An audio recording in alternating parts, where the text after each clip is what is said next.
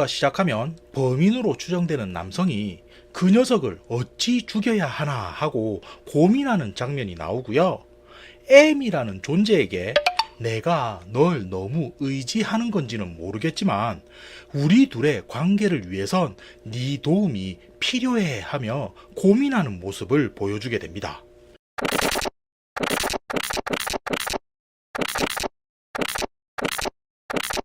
작품의 배경은 1986년 가을 개미니 하우스라고 불리는 산장이고요. 원래는 스키를 타러 오는 사람들이 주로 머무는 장소지만 가을에는 비수기라 학생 동아리들의 합숙을 위해 사용된다고도 언급이 됩니다. 그리고 이야기가 시작하면 이 장소에 메이플 리프라는 대학생 밴드들이 찾아오게 되는데, 우선 등장인물부터 설명을 하자면 이 작품에는 화자를 겸한 주인공인 이치노세 도오루라는 인물이 있고요. 그 외에는 보시는 것과 같이 이런 인물들이 나오는데, 마지막에 다시 언급을 하겠지만 이 작품에는 별도의 진 주인공이 숨겨져 있습니다. 그런데 그 인물은 나중에 설명을 드리기로 하고요. 우선 여기 소개된 인물들부터 한 사람씩 언급을 해보자면, 앞서 말한 주인공 이치노세 도오루는 메이플 리프에서 따로 악기를 연주하지는 않지만 그들의 행동을 기록하거나 부가적인 일을 맡고 있다고 설명을 하고요. 항상 카메라를 목에 걸고 때때로 촬영을 하는 모습을 보여주기도 합니다. 그리고 다케 요시토모는 보컬과 기타 그리고 리더를 담당하고 있는데, 능력적으로 뛰어나 인정을 받고는 있지만 음악적 견해 때문에 도고시 노부오와는 자주 다투는 모습을 보이기도 하고요. 야마와키 다케히로는 앞서 말한 도고시 노부오와 함께 메이플 리프라는 이 밴드를 창립한 베이스 멤버라고 나오고, 특이사항으로는 합주를 하면서도 입에 담배를 물고 있는 모습을 종종 보여주기도 합니다. 그리고 미타니 마리코는 키보드 연주자로 이 밴드 유일의 여성 멤버라고 나오고요.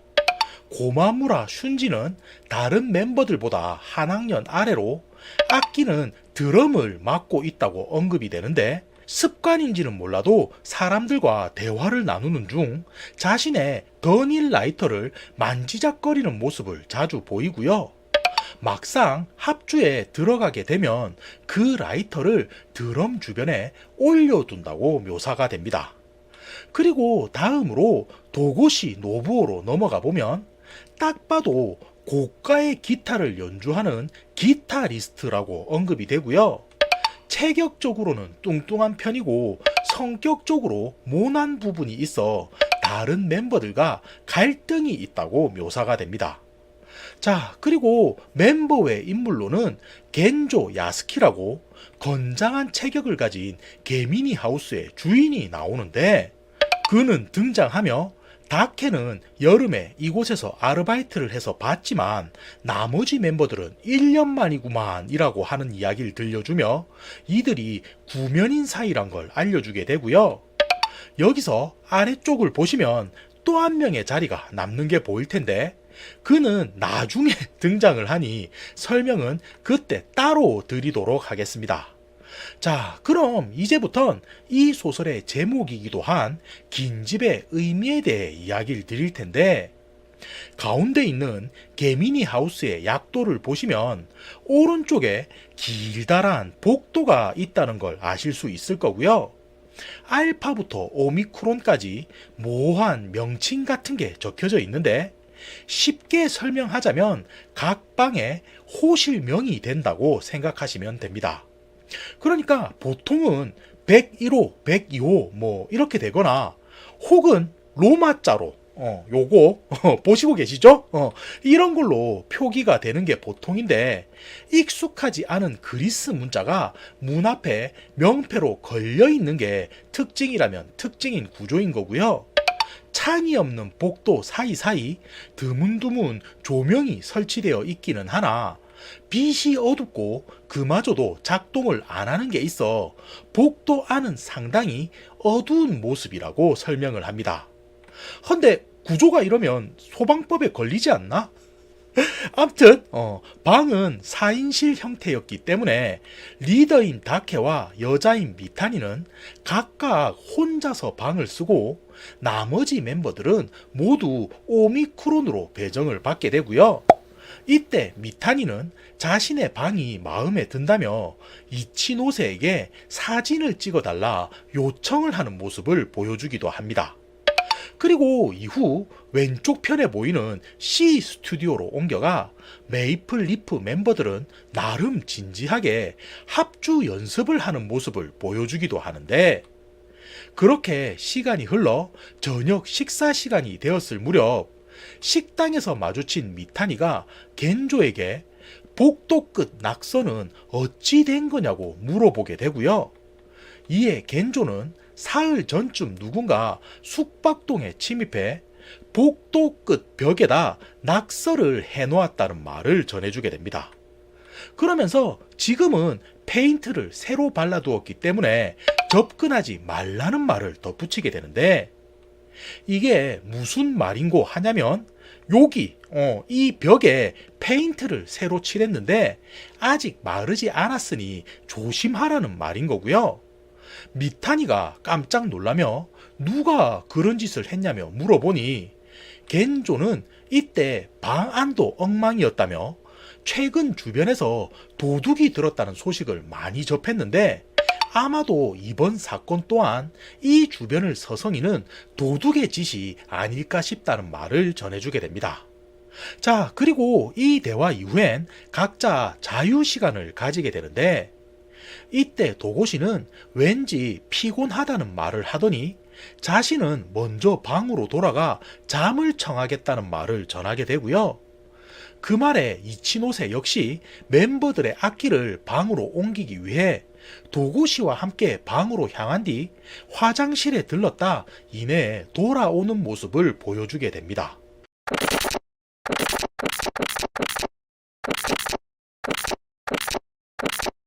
그리고 9시쯤 되었을 때 처음으로 무언가 이상하다는 걸 느끼게 되는데, 마작 멤버가 부족해 자고 있는 도고시를 깨우러 갔던 다케는 오미크론 방 안에 아무도 없는 것을 목격하게 되었던 거였고요. 샤워를 마친 후 홀에 들어선 미타니 또한 아까 오미크론 방문이 열려 있어 안을 들여다보니 이상하게도 도고시의 집만 사라지고 창문도 반쯤 열려 있었다는 말을 전해주게 됩니다. 그러면서 도고시는 한눈에 봐도 비싼 기타를 들고 있으니 아까 겐조 씨가 말한 도둑이 들어와 짐을 가져간 게 아닐까라는 이야기를 꺼내놓게 되는데, 이 말이 무슨 말이냐면 오미크론 방은 4명이서 쓰는데 다른 멤버들 짐은 그대로지만 도고시의 물건만 사라졌다는 말인 거고요. 이 말을 전해들은 멤버들은 도둑이 든 건 든 거나 치고 그럼 도고시는 어디로 사라진 거냐는 말이 나오게 됩니다.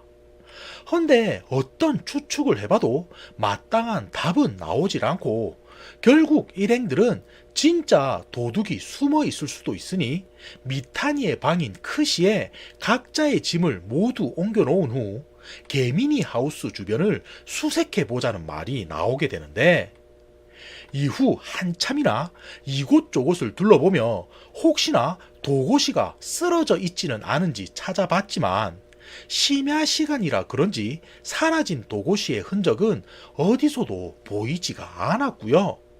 그렇게 새벽 2시쯤 되었을 때 수색을 포기하고 방으로 들어가던 미타니가 갑자기 비명을 지르더니 창밖으로 어떤 그림자가 지나갔다는 말을 전해주게 됩니다.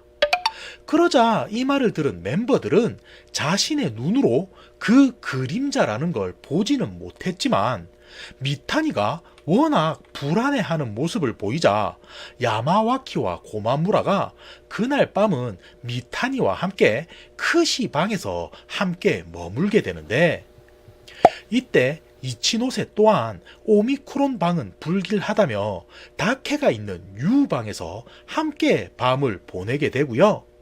다음날 아침 다케는 일어나자마자 겐조에게 어젯밤 있었던 사실에 대해 말을 한 후 다른 방 객실 열쇠를 빌려와 무언가 있지 않을까 하며 찾아보는 모습을 보여주게 됩니다. 헌데 뮤방부터 시작해서 알파까지 모두 뒤져봤지만 예상과는 달리 아무것도 나오는 건 없고 모두 평범히 비어있는 객실일 뿐이었는데, 이에 실망한 이치노세는 크시 방으로 들어가 사진을 찍으며 다른 멤버들을 잠에서 깨우게 되고요. 도고시가 사라져 우울한 분위기를 조금이나마 쇄신해보려 노력하는 모습을 보여주게 됩니다. 그리고 이 때문에 기운을 차린 멤버들과 다시 한번 산장 주변을 둘러보지만 이때 역시도 사라진 도고시의 흔적은 어디서도 발견되지 않고 시간만 흐르게 되는데, 그나마 찾은 거라고 한다면 야마와키의 자동차 키가 C 스튜디오 밖에 떨어져 있는 걸 발견하였을 뿐이었고요. 진짜 도고시는 어디로 간 걸까 하던 이치노세는 그때 숙박동 쪽으로 향한 미타니가 무언가 끔찍한 것이라도 발견한 듯 비명을 지르는 소리를 듣게 됩니다. 그래서 불길한 생각에 무슨 일인가 싶어 달려가 보니 어젯밤부터 아무도 없었던 오미크론 방 안에 도고시가 죽어있는 모습으로 발견이 되게 되었던 건데, 여기서 이야기는 경찰이 도착한 이후 사건 현장에 대해서 설명을 해주는 상황으로 넘어가게 되고요. 도고시는 끈과 같은 도구로 목이 졸려 죽었는데 사망 추정 시간은 어젯밤 8시부터 11시 사이이기 때문에 그가 저녁 8시 이후 갑자기 사라졌다는 너희들의 증언을 취합해 보면 도고시를 살해한 사람은 그때 산장에 있었던 너희 중 하나일 가능성이 크다는 말을 경찰들은 멤버들에게 전해주게 됩니다. 그래서 이후 알파방에 수사본부를 세운 경찰들은 한 사람씩 불러 세부적인 상황에 대해 취조를 시작하게 되는데, 얼마 후 취합한 결과를 모아본 경찰들은 보시는 것과 같은 도표를 완성하게 되고요. 시신 부검 결과 몸에서는 수면제 성분이 나왔고 발을 살펴봐도 흙이 묻거나 하지는 않았기 때문에 건장한 체격을 가진 사람이 도고시를 죽인 후 들쳐업고 산장을 빠져나가 어딘가에 시신을 옮겨 놓은 후 다음날 사람이 없을 때 다시 제자리로 돌려놓았을 거라고 추측하게 됩니다. 그리고 이 당시 유일하게 알리바이가 증명되지 않는 사람은 산장의 주인인 겐조라고 지목하게 되는데, 이후 장면은 경찰들에게 체포되어 겐조가 연행되는 모습을 보여주게 되고요. 그 모습을 보고 있던 이치노세는 진짜 그가 범인이 맞다면 동기는 뭐지 하며 고민하다 그래, 도고시는 성격이 모나서 멤버들과도 트러블이 있었으니 오래 알고 지낸 겐조 씨라면 그와 문제가 있을 법도 하지 하는 생각을 가져보게 됩니다. 그리고 그렇게 생각을 해보니 어젯밤 미타니가 보았다는 그림자도 겐조 씨일 수가 있고, 일행들이 2번이나 이 산장을 뒤져봤지만 딱 한 군데 겐조 씨의 방만은 들어가 보지 않았다는 사실을 깨닫게 되는데, 이때 멤버 중 하나가 절대 겐조 씨는 그럴 리가 없고 도둑이 벌인 일일 게 분명하다고 이야기를 하기도 했지만, 곰곰이 생각해보면 사람을 죽인 범인이 시신을 다시 되돌려 놓는다는 것도 말이 안 되는 상황이었고요. 그렇게 합숙이 마무리되는 날이 되었을 때 멤버들은 아직 경찰 조사를 받고 있는 겐조를 뒤로 한 채 그렇게 다시 도쿄로 되돌아가는 모습을 보여주게 됩니다.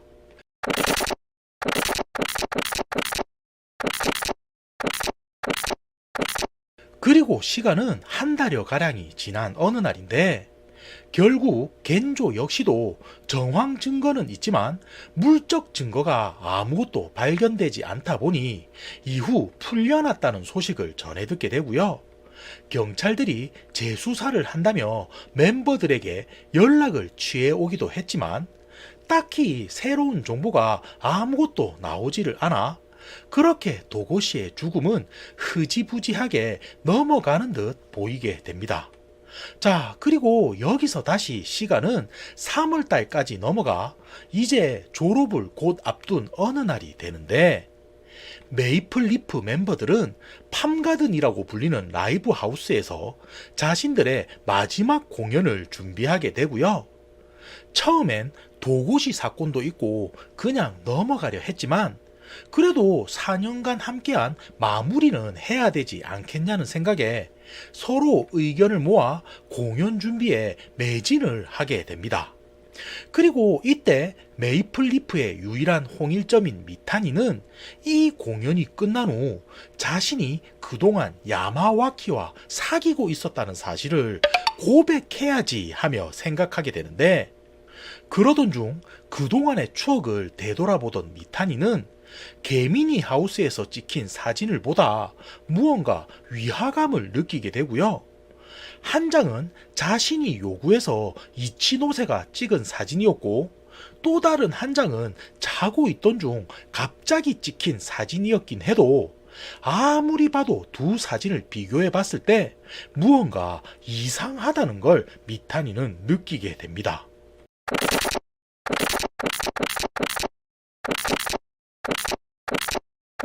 장면은 공연을 하기 위해 멤버들이 팜가든에 모인 시점으로 넘어가게 되고요. 평면도를 보시면 왼쪽 편에 젠틀 우먼이라는 밴드와 메이플 리프의 대기실이 있는 것을 확인할 수가 있고 미타니 같은 경우는 의상 교체 문제 때문에 혼자서 따로 공실을 사용하고 있다고 설명을 합니다. 그러니까 이날은 두 밴드가 공연을 한다는 걸 알 수가 있는 거고요. 복도 쪽을 보시면 화장실 옆에 파티션이 있는 게 보이는데 혹여나 관중 중 누군가가 실수로 공연자 대기실로 들어갈까 싶어 라이브 하우스 측에서 임의로 막아두었다고 설명을 합니다. 헌데 이런 식으로 상세한 설명이 붙는다는 건 이곳에서도 사건이 발생한다는 말인 거겠죠? 자, 그럼 장면은 언제로 넘어가냐면 2부 공연이 끝나고 3부가 막 시작하려는 때인데 대기실에 들어간 미타니가 나오지 않는 모습을 보이게 되고요. 모두들 무슨 일인가 싶은 순간 어두운 공연장 안에서 스텝으로 보이는 여성의 비명 소리가 들려오게 됩니다.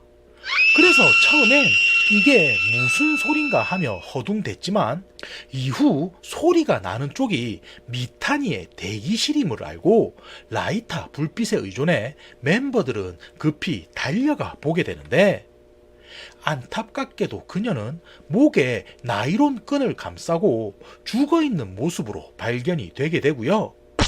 이후 경찰들이 찾아와 수사를 진행해 보니 1부 때 공연을 마친 미타니는 의상 교체를 하기 위해 대기실로 들어갔고 2부 때는 키보드 연주곡이 없어 그녀가 무대에 서지 않았다고 이야기를 합니다. 그리고 3부가 시작하자 멤버들은 무대에서 그녀를 기다렸지만 모습을 보이지 않아 이게 어찌 된 거지 싶던 중 대기실 쪽에서 비명소리가 났다는 말을 전해 듣게 되는데 여기서 추가적인 증언이 덧붙여지는 게 2부 공연을 끝낸 야마와키와 다케가 곧 있으면 3부가 시작될 거라는 사실을 알리러 미타니를 찾아갔던 적이 있는데 그때 대기실 안에는 아무도 없었다는 말을 전해주게 되고요. 이건 의미가 있는 건지는 모르지만 미타니의 시신을 처음 발견한 목격자는 어두운 복도 끝에서 도깨비불 같은 걸 보았다는 말을 전해주게 됩니다. 근데 여기서 중요한 건 미타니가 1부 공연을 끝낸 후 3부가 시작할 때까지 어디서도 모습을 보이지 않았다는 거였는데, 만약 그녀가 공연장 밖에서 살해된 거라고 한다면 범인이 다시 그녀를 대기실로 옮길 필요가 있었을까 하는 거였고요. 또 다른 가망성이라고 한다면 그녀가 1부 공연 이후 화장실로 갔다가 3부 공연 직전 대기실로 돌아간 틈에 누군가에게 살해당했을 것이라고 추측을 하게 됩니다. 그러니까 2부 공연을 끝낸 야마와키와 다케가 미탄이 어디 갔지 하고 나온 이후 그녀가 대기실로 돌아와 다른 누군가에게 살해당했을 거다, 이 말인 거죠. 아무튼 그렇다 보니 이날은 메이플 리프라는 밴드에게는 4년간을 마무리하는 마지막 공연이었지만 멤버의 죽음이라는 비보와 함께 허망하게 끝이 나고 마는데, 이후 경찰들은 정신 나간 팬이거나 혹은 알 수 없는 성범죄자가 대기실로 성폭행을 하러 들어왔다, 그녀가 완강히 거부하자 어쩔 수 없이 죽이고 달아난 사건으로 마무리를 짓게 됩니다. 근데 이야기가 이렇게 끝나면 안 되겠죠? 그래서 누가 등장하냐? 앞으로 이 시리즈를 이어나갈 진 주인공 시노다 조지가 등장하게 됩니다.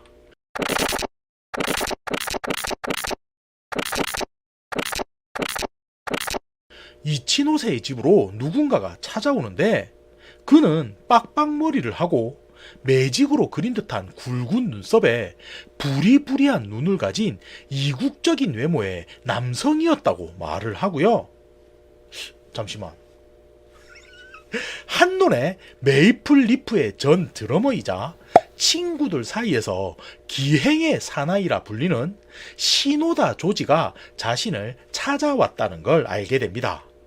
그리고 그는 오자마자 지난 1년 반 동안 독일에서 광부로 일했다며 자신의 팔을 걷어붙인 뒤 두툼한 근육을 보여주게 되는데, 자, 뜬금없는 등장이다 보니 도고시와 미타니가 죽었다는 이야기를 듣고 외국에서 사건을 밝히러 온 거구나 싶을 수도 있지만, 시노다는 도고시와 미타니가 죽었다고 하며 전혀 뜻밖의 반응을 보여주게 되고요.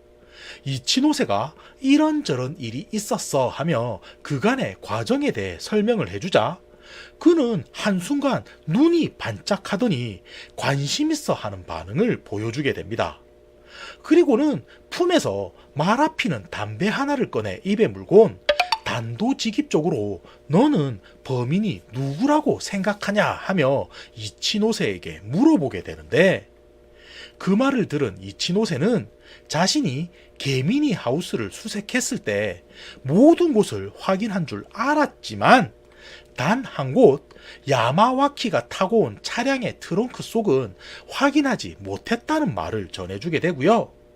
이후 사건이 끝나고 나서야 알게 된 사실인데, 죽은 미타니가 알고 보니 야마와키와 사귀는 사이였다며 그것도 어느 정도는 신경 쓰인다는 말을 전해주게 됩니다. 그러자 이 말을 들은 시노다는 그래 라고 하더니 그것 말고 다른 건 신경 쓰이는 거 없어 하고 또다시 묻게 되는데, 이에 잠시 고민하던 이치노세는 공연이 있기 전날 미타니에게서 전화가 걸려와 개미니 하우스에서 찍은 2장의 사진이 무언가 이상하다는 말을 전해주었다고 말을 하고요. 이건 그녀의 장례식 날 목격자였던 여성에게서 들은 이야기인데, 자신은 죽은 미타니의 지인이라며 2부가 끝날 쯤 자신도 대기실로 찾아갔었다라고 말을 하고요. 그때 상황을 떠올려 보면 미타니도 없었지만 짐도 함께 아무것도 놓여있지 않아 의아해했던 생각이 났다는 말을 전해주게 됩니다. 그러자 이 말을 들은 시노다는 탐정놀이가 하고 싶었는지 미타니가 신경 쓰인다 했던 사진을 살핀 후 현장이 보고 싶다며 이치노세를 재촉하는 모습을 보이게 되는데, 이후 대기실을 꼼꼼히 살펴보던 시노다는 이곳엔 짐을 숨길 만한 공간 같은 건 없구만 이라고 말을 하게 되고요. 다시 한번 이치노세에게 도고시가 오미크론 방에서 발견되었다 그랬었지 라더니 범인이 어떤 트릭을 썼는지 알았다며 그 상황을 재현하고 싶으니 개미니 하우스로 가보자는 말을 전하게 됩니다. 자, 그리고 이제부터는 결말인데, 개미니 하우스에 도착한 후 준비를 모두 끝낸 시노다가 자, 숙박동으로 가볼까 하며 이치노세와 겐조를 안내하는 모습을 보여주게 되고요.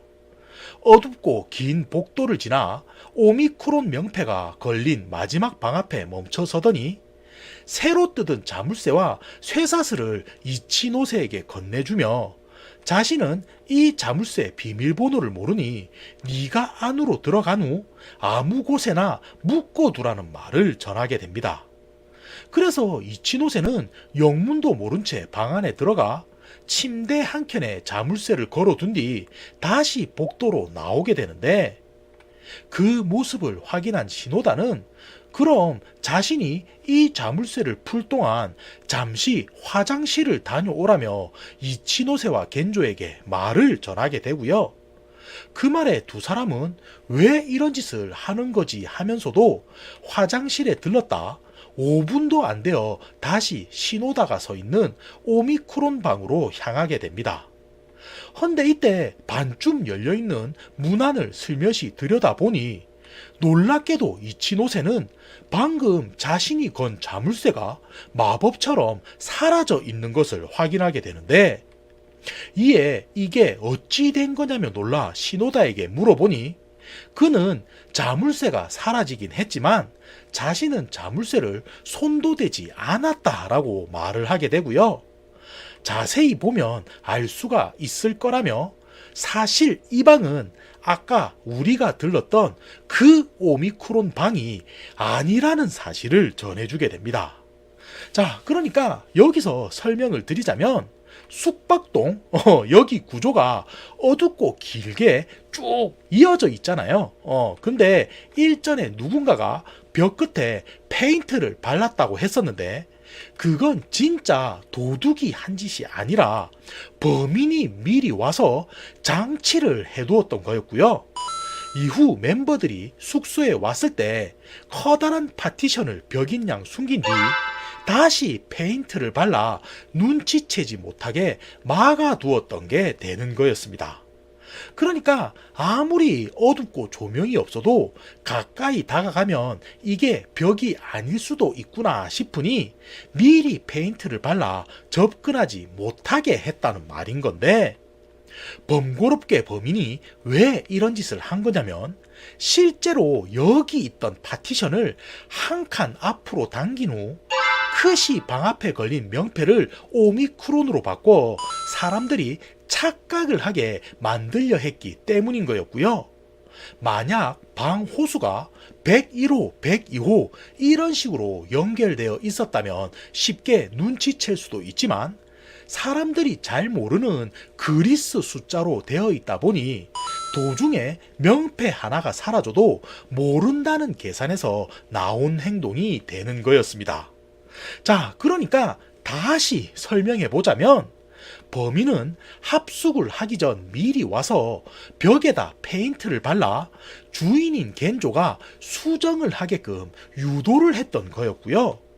이후 같은 느낌으로 파티션을 세운 뒤 도고시가 방에 들어갔을 때 몰래 찾아가서 죽였던 게 되는 거였습니다. 그리고 파티션을 한 칸 앞으로 이동시키고 명패를 바꿔치기 해서 이후 멤버들은 크시가 오미크론인지 알고 뉴가 크시인 줄 알았던 게 되는 건데, 이걸 어찌 눈치채게 된 거냐면 첫날 이치노세가 미타니를 찍은 사진과 둘째 날 찍은 사진 속 창문 밖 배경이 서로 달랐기 때문인 거였고요.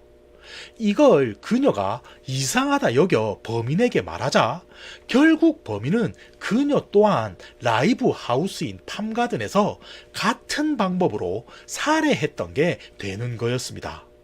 그러니까 일부 공연이 끝난 후 그녀를 죽인 범인은 파티션을 옮겨 그녀의 대기실이 이곳이 아닌 이곳으로 착각하게 만들었던 거였고요. 2부 공연이 끝난 후 미타니를 찾아간 야마와키와 다케는 다른 공실에 들어갔기 때문에 그녀를 보지 못한 게 되었던 거였습니다. 그리고 방 자체가 다르니 짐도 사라지고 없는 게 되었던 건데, 자, 그럼 이런 행동이 가능한 사람이 누구인가 한다면 맨 처음 개미니 하우스를 예약하고 방을 지정한 사람이 되는 거고요. 시노다가 겐조에게 누가 이곳에 연락을 했습니까? 하고 물으니 이에 겐조는 메이플 리프의 리더인 다케가 자신에게 연락을 했다는 말을 전해주게 됩니다. 자, 그럼 우선 범인이 누군지가 밝혀졌으니 그 전에 몇 가지 의문을 해소해야 할 텐데, 첫째로 개미니 하우스에서 사라진 도구시의 짐은 어찌 된 걸까 하는 건 앞서 미타니가 살짝 언급한 것 마냥 진짜 도둑이 들어서 가져갔던 게 되는 거고요. 두 번째로 팜가든에서의 도깨비 불이 뭐였냐면 비명소리가 들린 후 다케가 고마무라의 라이터를 들고 대기실 쪽으로 뛰어가 이쯤 있던 파티션을 다시 이쪽으로 밀어놨기 때문이었습니다. 그러니까 다시 상황을 정리하면 두 번째 공연 순서가 솔로로 야마와키가 먼저 공연을 하고 이후에 다케가 무대에 서는 걸 알 수가 있는데, 야마와키가 공연을 할 때 다케가 미타니의 대기실로 들어가 그녀를 죽인 후 파티션을 이쪽으로 옮겨 놓았던 게 되는 거고요. 이후 2부가 끝났을 때 미타니가 사라졌다는 걸 사람들에게 인지시켜야 되기 때문에 다케가 야마와키를 데리고 이쪽에 있는 가짜 대기실로 들어갔었던 게 되는 거였습니다. 그러니까 이곳은 개미니 하우스보다 복도 간격이 짧기 때문에 자신이 직접 데리고 가서 미타니가 없네 이런 말을 했다는 거고요. 이후 3부 공연이 시작하고 나서 비명소리가 들리자 혼자서 급히 근처에 있던 라이터를 챙긴 후 파티션을 이쪽으로 밀어 놓으려고 들어갔던 건데, 그때 대기실 안에 있던 목격자는 복도에서 아른거리는 불빛을 보곤 그걸 도깨비 불이라며 착각을 했던 게 되는 거죠. 자, 그럼 다케가 어쩌다 미타니를 죽여야 했는지는 설명을 드렸으니 이번엔 도고시가 왜 살해당한 건지에 대해 설명을 드렸으면 하는데, 캐릭터 힌트에 도고시는 비싼 기타를 메고 있다고 되어 있고 다케는 도고시와 사이가 좋지 않다고 적혀져 있는 걸 보실 수 있습니다. 그리고 최종적으로 M이라는 존재라는 게 남겨져 있는데, 사실 여기서 말하는 M은 미타니 마리코가 아니라 마리화나를 뜻하는 거였고요. 다케가 불법적인 약물을 사용해 판매까지 한다는 사실을 알게 된 도고시는 지금껏 그를 협박해 금전적으로 이익을 취하고 있었던 게 되는 거였습니다. 자, 그럼 시노다는 다케가 마리화나를 한다는 걸 어찌 알았을까 싶은데, 그건 시노다가 말아피는 담배라는 것 또한 마리화나였기 때문인 거고요. 그는 외국 생활을 오래 하다 보니 자연스럽게 접하게 된 거라고 설명을 합니다.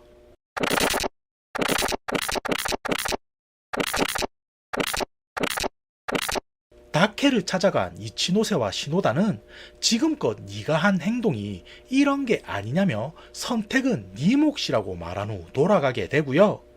이후 혼자 남겨진 다케는 음악을 한다는 명목으로 이것을 접하게 되었지만 결국 헤어나오지 못해 친구들마저 죽게 했다며 자신이 떠나면 햄스터 한 마리가 남겨질 거니 그 녀석만은 잘 부탁한다는 유서를 남기는 모습으로 이 소설은 끝이 나게 됩니다.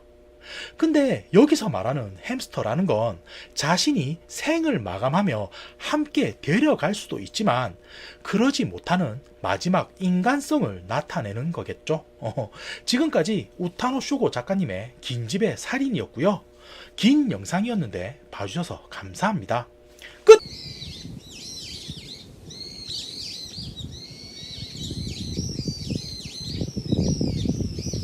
이야기가 시작하면 시즈카라는 이름의 17세 소녀가 자신의 방에서 죽어있는 상태로 발견이 되고요. 목에 무언가로 졸려진 자국이 선명한 걸로 보아 시신을 발견한 사람들은 그녀가 누군가로부터 살해당했을 거라고 여기게 됩니다.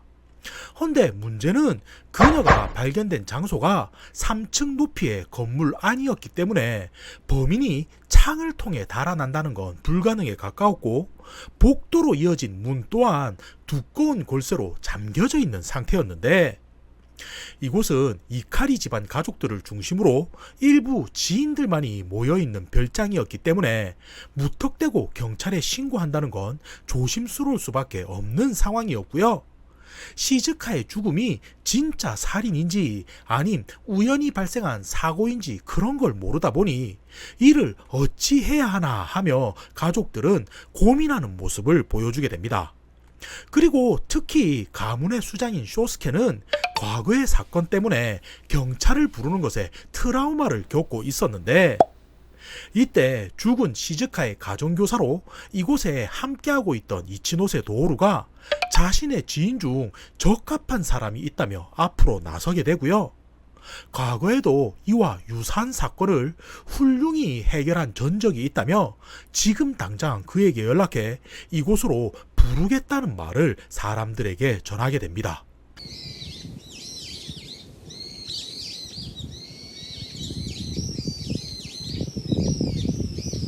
자, 그럼 여기서 이곳에 모인 사람들이 어떤 관계인지 설명을 드렸음 하는데 우선 앞서 언급한 가문의 수장 쇼스케가 이 이야기에서는 중심이 되는 인물이고요.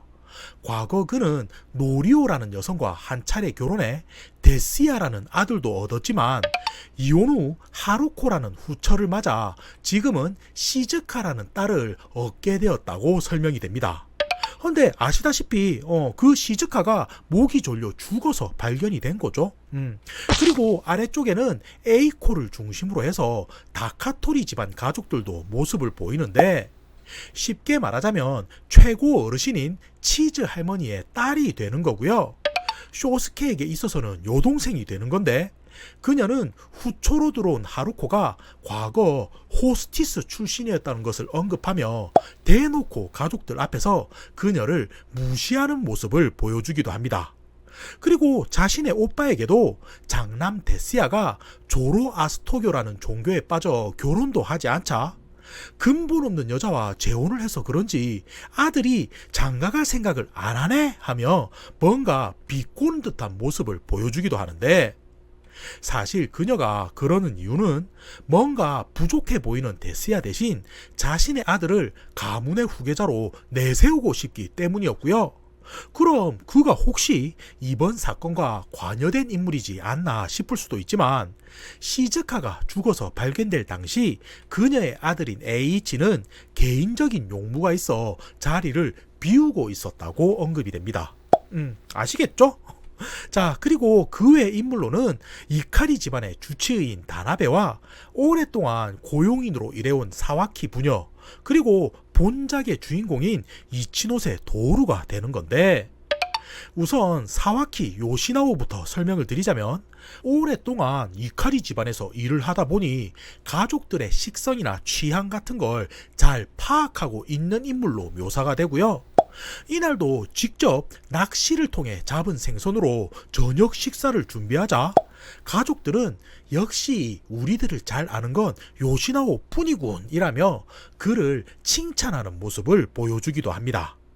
그리고 그의 딸인 다마미는 움직일 때마다 살짝씩 다리를 절고 있는 모습을 보여주는데 왜 그런 거냐면 작년 8월 죽은 어머니의 묘소를 방문하던 중 뜻밖의 비행기 사고를 당했기 때문이었고요. 일반적으로 쉽게 경험할 수 없는 특별한 일을 겪었기 때문인지 그녀는 이치노세와 대화를 나누던 중 자신은 그때 사건으로 한번 죽은 것 같다는 말을 전해주기도 합니다. 그러니까 그만큼 큰 충격을 받았다는 뜻이겠죠. 그리고 전작인 긴집의 살인을 보신 분들이라면 익숙한 이치노세 도루가 주인공이 되는 건데, 작중 설명으론 이카리 집안 가족들은 연말이 되면 노베야마라는 곳에 있는 별장에서 새해를 맞이하는 것이 오랜 가족의 전통이자 관례라고 이야기를 해주게 되고요. 하루코가 시즈카의 학업을 위해서 연말 기간임에도 불구하고 거금을 들여 특별히 이치노세를 가정교사로 고용한 것이라고 언급이 됩니다. 그러니까 그만큼 하루코가 자신의 딸을 상당히 애지중지한다, 뭐 이런 걸 알 수가 있는 거죠. 자, 그럼 이번엔 작품의 배경이 되는 눈 덮인 별장의 구조에 대해서 설명을 드릴 텐데, 화면을 보시면 아시겠지만 복도를 따라 10평 정도 되는 방이 옆으로 늘어서 있는 모습이고요. 옥상까지 포함하면 총 4층 구조로 규모가 상당히 큰 별장인 걸 확인할 수가 있습니다. 자, 근데 여기서 아래쪽에 보시면 별채라고 독특한 구조물이 눈에 들어올 텐데, 이게 뭐냐면 데스야가 종교적인 이유로 방에서 계속 연기를 피우자 쇼스케가 아들을 위해 따로 지어준 건물이라 언급이 되고요. 주변으로는 대나무들이 방풍림처럼 심어져 있어 마치 그 모습이 언뜻 보면 UFO가 착륙해 있는 것 마냥 흔히 볼 수 없는 독특한 형태라고 묘사가 됩니다. 그러니까 하루코는 딸 바보, 쇼스케는 아들 바보, 이렇게 되는 거죠. 방에서 연기를 피우면 홍군형을 내야 되는데 건물을 새로 지었죠. 아무튼 여기서 이야기는 다시 시즈카가 죽고 난 이후의 상황으로 돌아가 볼 텐데, 이치노세는 급히 자신의 지인에게 와달라고 연락한 후 이날 하루 어떤 일이 있었는지 되돌아보는 시간을 가지게 되고요. 10시 45분쯤 거실에 있던 그는 위쪽에서 쿵 하는 소리가 나기에 뭔가 싶어 사람들과 주변을 둘러보다 잠겨져 있는 그녀의 방 안에서 시즈카가 거꾸로 매달려 죽어 있었던 상황을 기억하게 됩니다. 그리고 그 모습을 바라본 다나베는 입에 물고 있던 담배를 아무렇지 않게 바닥에 부벼 끌 만큼 매우 당황해하는 반응을 보였고, 뒤늦게 나타난 데스야는 갑자기 알 수 없는 소리를 하며 신께 기도하는 모습을 보여주었는데, 당시 그녀는 양발이 로프에 묶여 얼굴은 이미 보랏빛으로 변해버린 모습이었고요. 이어진 로프 끝은 시즈카의 몸을 뱀처럼 휘감고도 바닥에 또아리를 틀 만큼 길게 늘어져 있는 모습이었던 걸 이치노세는 떠올리게 됩니다.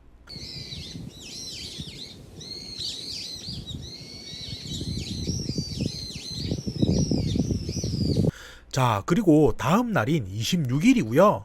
현재 상황에 대해 설명을 드리자면, 결국 쇼스케는 자신의 딸의 죽음에 대해서 외부로 공개하는 걸 거부하게 되고 의사인 다나베를 돈으로 매수해 시즈카가 병으로 죽었다며 부검 보고서를 조작하기로 결정하게 됩니다.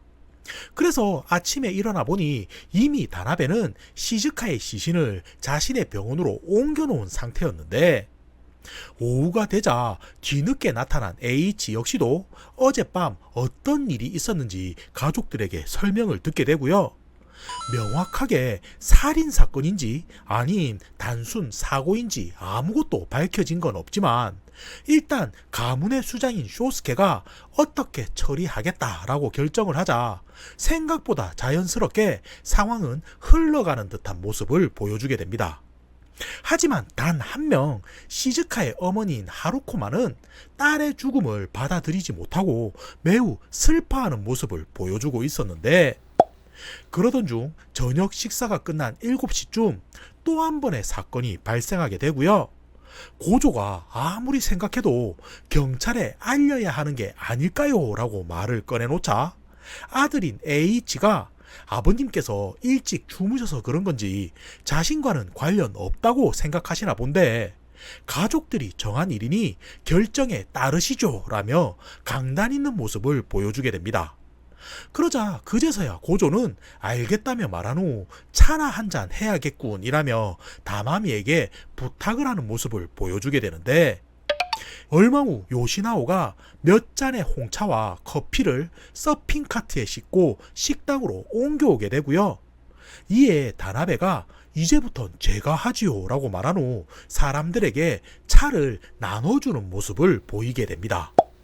헌데 갑자기 땅이 흔들리며 지진이 발생하게 되는데 잠시 동안 배에 탄 것 마냥 좌우로 흔들거리더니 30초쯤 지나서야 겨우 잠잠해지는 모습을 보이게 되었던 거고요. 이후 웅크리고 있던 에이코가 고개를 들더니 이 정도 규모는 올해 처음인걸 이라고 말을 하며 식탁 위에 올려진 커피를 홀짝하고 들이키는 모습을 보이게 됩니다. 헌데 그 일이 있고 얼마 후 그녀는 갑자기 경련을 일으키더니 쿵 하며 바닥으로 쓰러지는 모습을 보이고 마는데 급히 달려온 다나베는 에이코의 상태를 확인하더니 커피잔을 가리키며 이 안에 청산가리가 들어있었다고 말을 전해주게 되고요. 모두들 이게 어찌 된 거냐며 다른 커피잔도 모두 확인을 해보았지만 에이코가 마신 커피잔 외에는 독이 발견되지 않았기 때문에 또 한 번 쇼스케는 시즈카 때와 마찬가지로 내 동생이 자살을 한 게 아니겠냐며 사건을 그냥 묻어버리려는 모습을 보여주게 됩니다. 그러자 이때 고조가 또 한 번 앞으로 나서며 아니 에이코가 왜 자살을 하겠냐며 이건 살인이 분명하고 빨리 경찰에 신고해야 하는 일이라고 말을 전하게 되는데 이때 갑자기 잠자코 계시던 치즈 할머니가 이건 분명 노리오가 벌인 짓이 분명해 라고 말을 하게 되고요. 시즈카가 죽었던 날 창밖에서 노리오와 닮은 여성이 집 주변을 어슬렁거리는 걸 보았다는 말을 전해주게 됩니다. 자, 그럼 이번엔 이 노리오라는 여성이 누구인지 설명을 드릴 텐데 앞서 잠시 언급을 했지만 이혼한 쇼스케의 전처고요. 과거 집에 도둑이 들어 경찰에 신고를 한 적이 있는데 알고 보니 범인이 사치욕이 심했던 며느리, 그러니까 노리오였다는 게 밝혀지며 이때 사건으로 언론에서는 이카리 집안에 대해 비아냥대는 가십 기사를 수없이 써대게 되었다고 말을 전해주게 됩니다.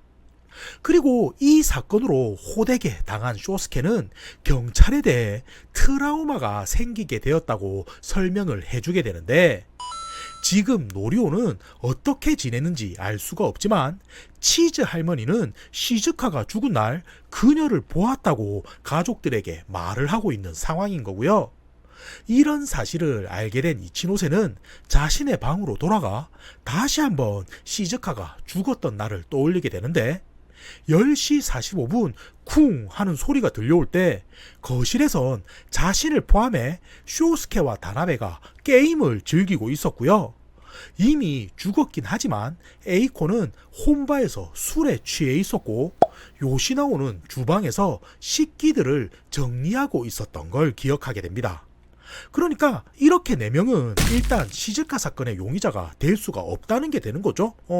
그리고 다마미 같은 경우 치즈 할머니와 함께 당시 4층 방에 함께 있었다는 게 확인되어지는데 이를 토대로 만약 시즈카가 살해당한 거라 한다면 10시 45분 범행이 가능한 사람은 목욕을 한다며 모습을 보이지 않았던 하루코와 별채에 혼자 있었던 데스야, 그리고 먼저 잠자리에 든 고조와 이날 모습을 보이지 않은 H 정도가 되는 거고요.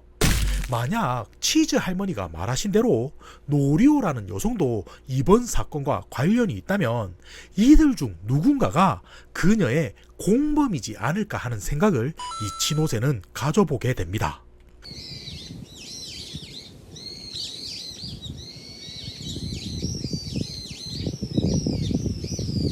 그리고 27일 저녁이 되어서야 시나노 조지라는 남성이 하얀 눈밭을 뚫고 이들이 있는 별장에 겨우 도착하는 모습을 보여주게 되는데, 그는 원래라면 어제 도착해야 했지만 지진으로 열차가 탈선되어 좀 늦게 되었다는 말을 전해주게 되고요.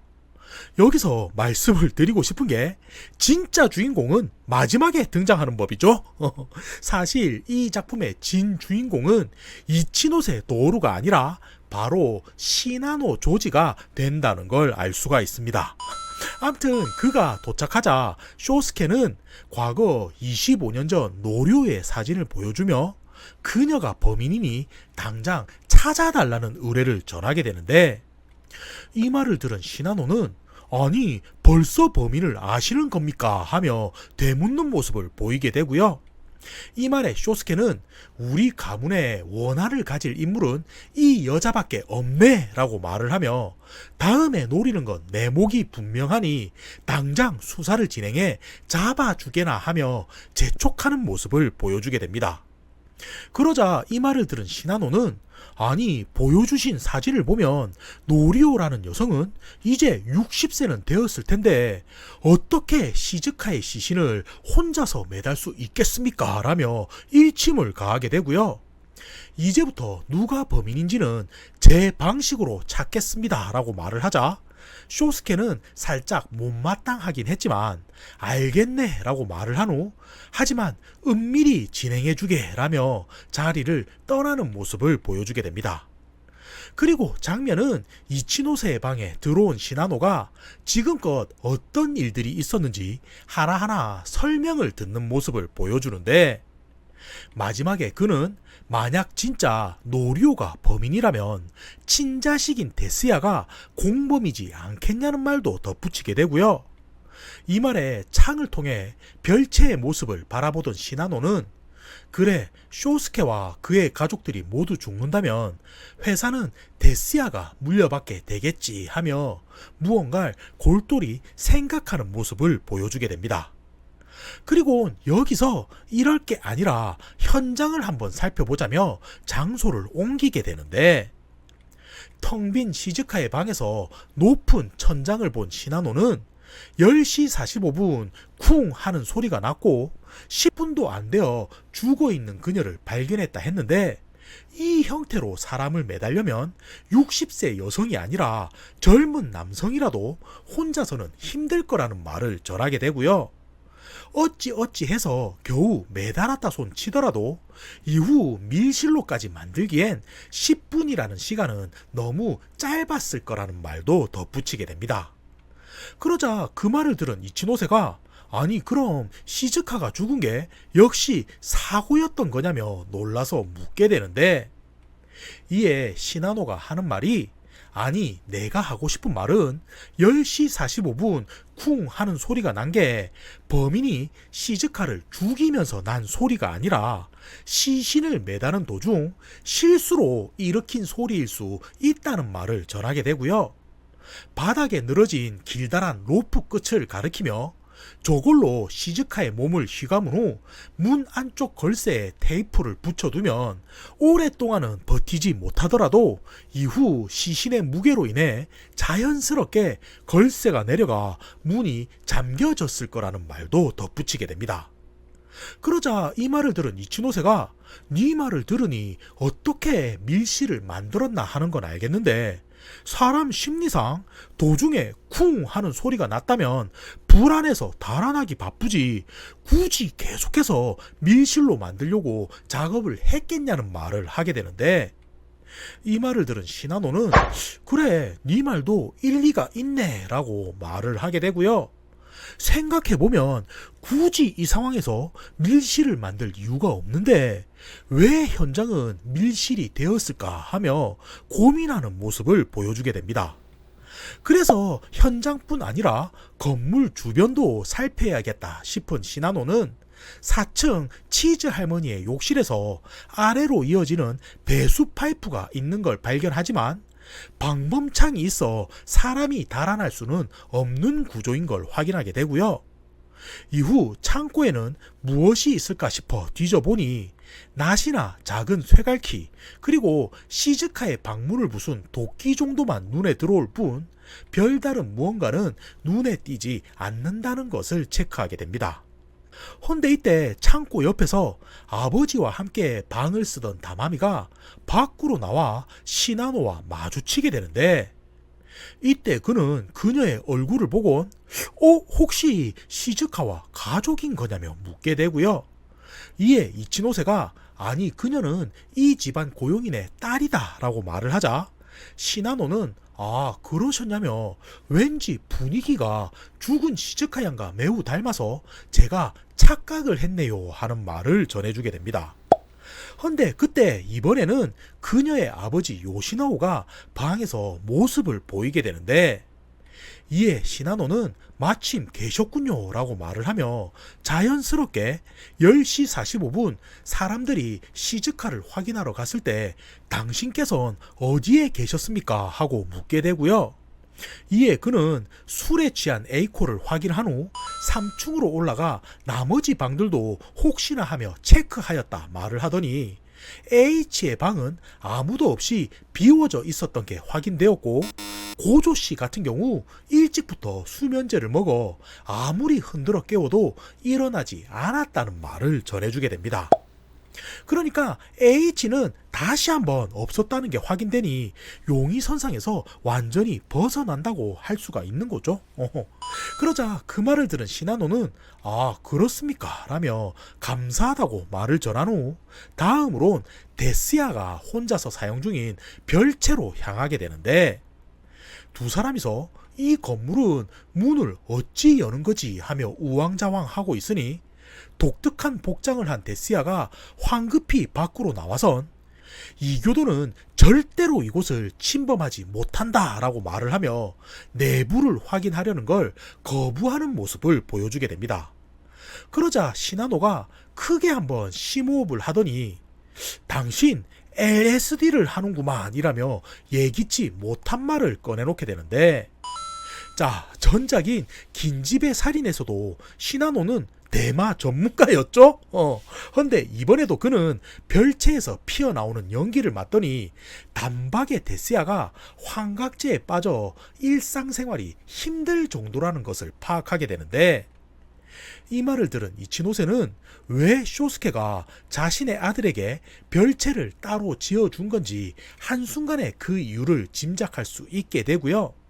시나노는 데스야에게 별채에 들어오지 못하게 하는 걸 보니 무언가를 숨기고 있는가 보군이라고 말을 하더니, 하지만 저런 상태로는 범행이 불가능해 라며 이치노세에게 데스야는 범인이 될 수 없다는 말을 전하게 됩니다. 그러자 그 말을 들은 이치노세가 아니 데스야가 범인이 아니라고 라며 살짝 당황해 품에서 담배를 꺼내 자연스레 입에 물게 되는데, 이에 시나노는 이치노세의 담배를 낚아채며 조로아스토교가 연기를 피워 환각을 즐기긴 하지만 담배는 극도로 혐오하는 종교라는 사실도 알려주게 되고요. 오늘은 그만하지 라고 말을 하더니 낚아챈 담배를 이치노세에게 돌려주며 그 자리를 벗어나는 모습을 보여주게 됩니다. 그러니까 이를 통해 알 수 있는 게 데스야도 범인이 아니지만 다나베와도 공범이 될 수가 없다는 걸 나타내는 거죠. 그리고 또 하루가 지나게 되는데,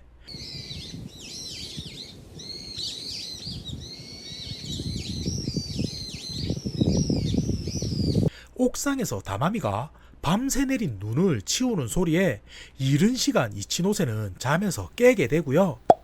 곧이어 소란스런 소리가 들려 밖으로 나서니 어젯밤에도 누군가가 창문 밖에서 어슬렁거렸는데 왜 너는 아직까지 범인을 잡지 못하는 거냐며 고조가 시나노의 멱살을 잡곤 화를 내고 있는 모습을 이치노세는 보게 됩니다.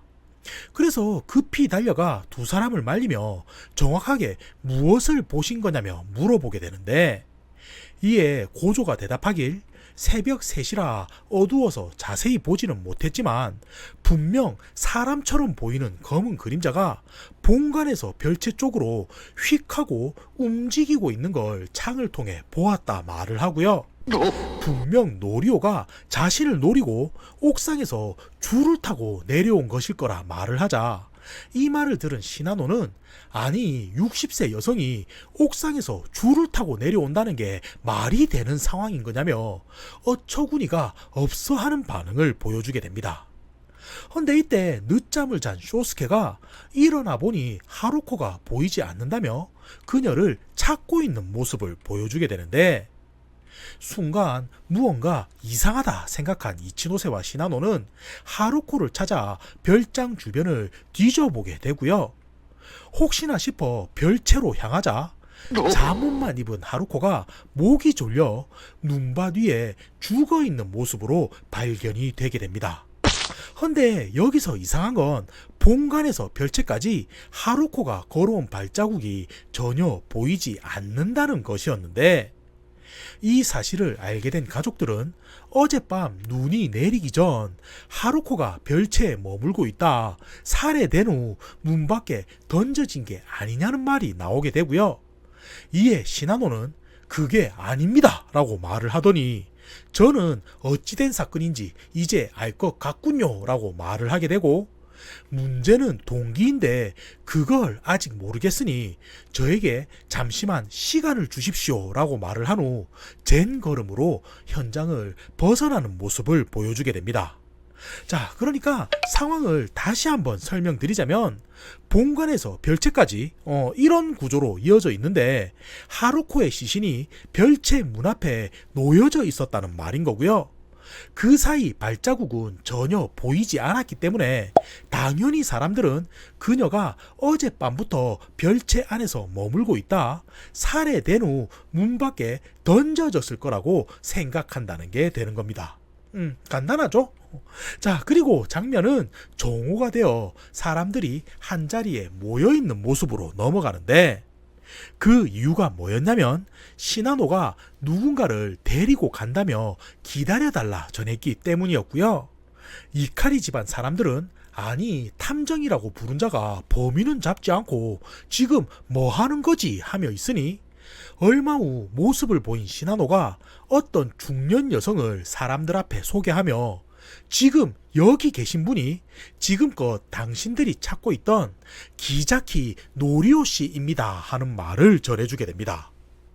그리고 그 말을 들은 가족들은 순간 눈이 휘둥그레져선 깜짝 놀라 자리에서 일어서게 되는데 이에 시나노는 사람들을 바라보며 그렇게 놀라실 것 없습니다 라고 말을 하게 되고요.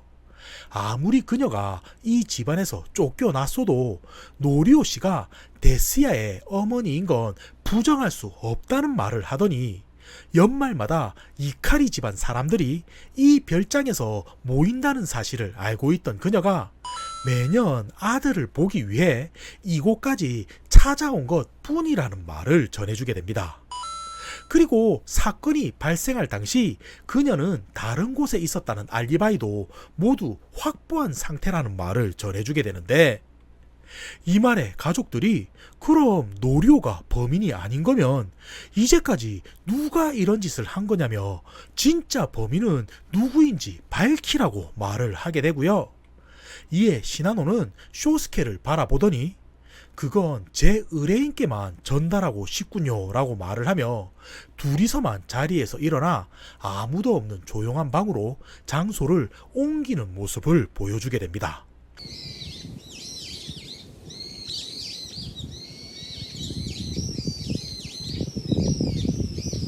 자, 그리고 이제부터 결말인데 시간은 사건이 모두 끝난 12월 31일로 넘어가게 되고요. 도쿄에 있는 이치노세의 집에 다마미가 찾아와선 혹시 그 일이 있고 시나노 씨가 사건이 어찌 된 건지 알려주던가요 하며 물어보는 모습을 보이게 됩니다. 그러자 이에 이치노세는 어색한 웃음을 지으며 그게 나한테도 말을 안 해주네요 하며 대답을 하게 되는데 이에 그녀는 순간 놀라워하는 표정을 짓더니 저는 잠시 전화를 걸고 왔음 하는데 그동안 이것 좀 읽어 보시지 않겠습니까? 하며 낡은 일기장 하나를 건네주게 되고요. 이후 다마미가 자리에서 일어나자 이게 뭐지 하며 내용을 살핀 이치노세는 그 일기장의 주인이 이번 사건으로 죽은 하루코이고 그녀가 쇼스케에게 시집 오기 전 어떤 일들을 벌였는지 자신의 비밀에 대해 적어 놓은 글이라는 걸 파악하게 됩니다. 그리고 그 내용을 요약하자면 대략 이렇게가 되는 건데, 호스티스로 일을 하던 그녀는 당시 원치 않은 임신을 하게 되어 출산까지 이어지게 되고요. 막상 아기가 태어나긴 했지만 스스로 키울 수 있다는 자신이 없다 보니 몰래 신생아실에 들어가 자신의 아이를 다른 아이와 바꿔치기 하는 악마와도 같은 짓을 벌이게 됩니다.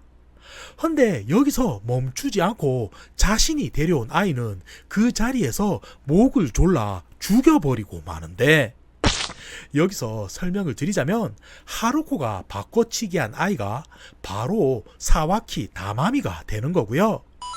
그 뒤 계속해서 호스티스 생활을 하던 그녀는 이후 쇼스케를 만나 새로운 삶을 살게 되지만 그 집안의 고용인이 자신이 버린 아이의 부모인 걸 알게 되자 혹시나 자신을 알아볼까 싶은 두려움에 다마미의 어머니, 그러니까 요시나오에 처맞아 사고로 위장해 죽여버리게 되었던 거였습니다. 그러니까 하루코는 한 번이 아니라 두 번이나 악마와도 같은 짓을 반복해서 벌였다는 말인 건데, 일기장의 마지막에는 스스로도 자신의 한 짓을 잊지 못한다며 그때를 기억하기 위해 이 글을 남긴다는 내용이 적혀져 있었고요. 이를 확인한 이치노세는 일기장 한쪽에 다마미가 남긴 편지가 또 한 장 꼽혀져 있는 것을 발견하게 됩니다.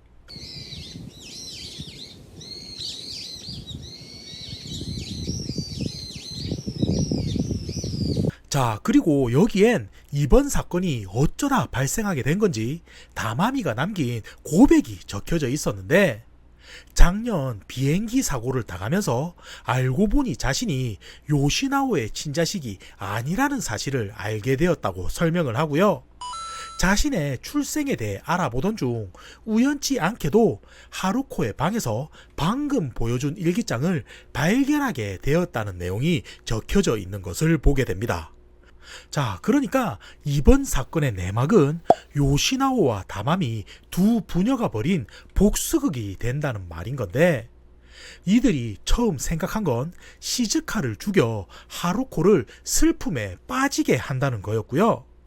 며칠간 곁에서 그 모습을 바라보다 결국 그녀마저도 마무리하여 복수를 완성한다는 계획을 두 사람은 세우게 됩니다. 자, 그리고 이제부터는 세 건의 살인이 어찌 된 건지 제가 정리해서 설명을 드릴 텐데, 우선 시즈카의 경우 범인이 한 명이라면 쉽게 답을 찾을 수 없지만 공범이 있다면 상황은 다른 거고요.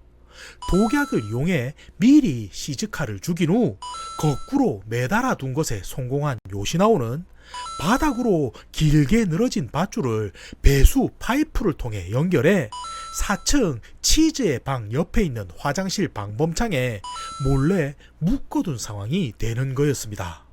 자, 그리고 이게 어떤 의미가 있는 거냐면 10시 45분 4층에 있던 다마미가 몰래 방범창에 묶인 밧줄을 풀었던 게 되는 건데, 이때 시신이 휘청거리며 진자 운동으로 벽을 쳐 쿵 하는 소리가 났던 거고요.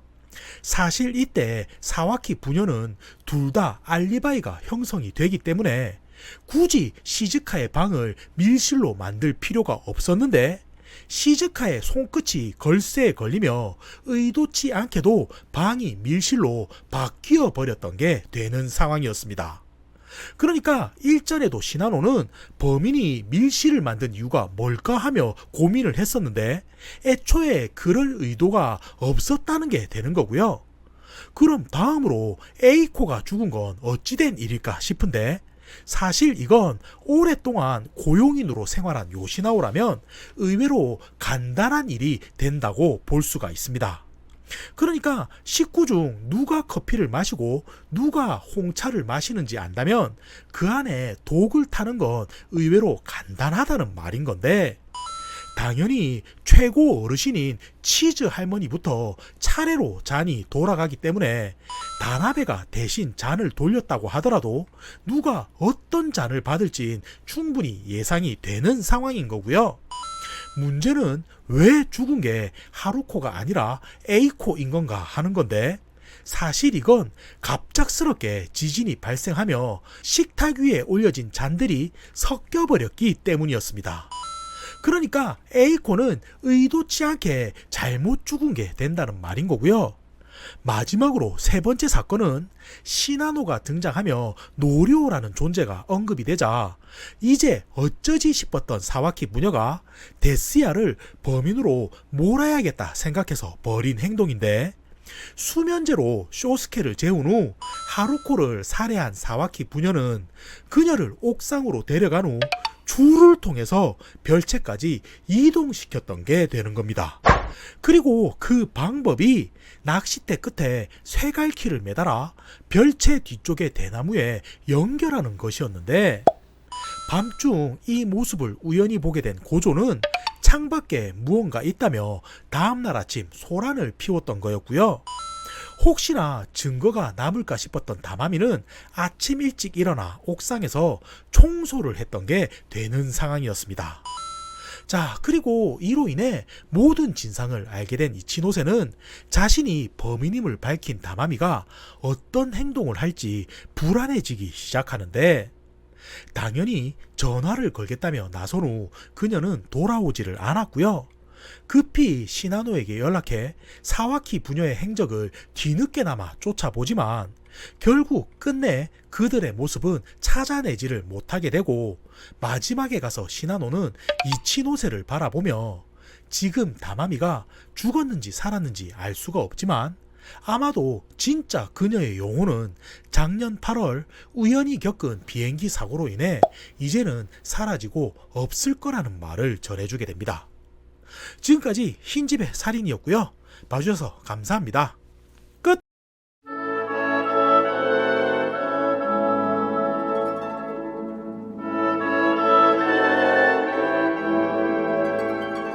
이 소설은 우타노 쇼고 작가님의 집 시리즈 마지막이 되는 작품이고요.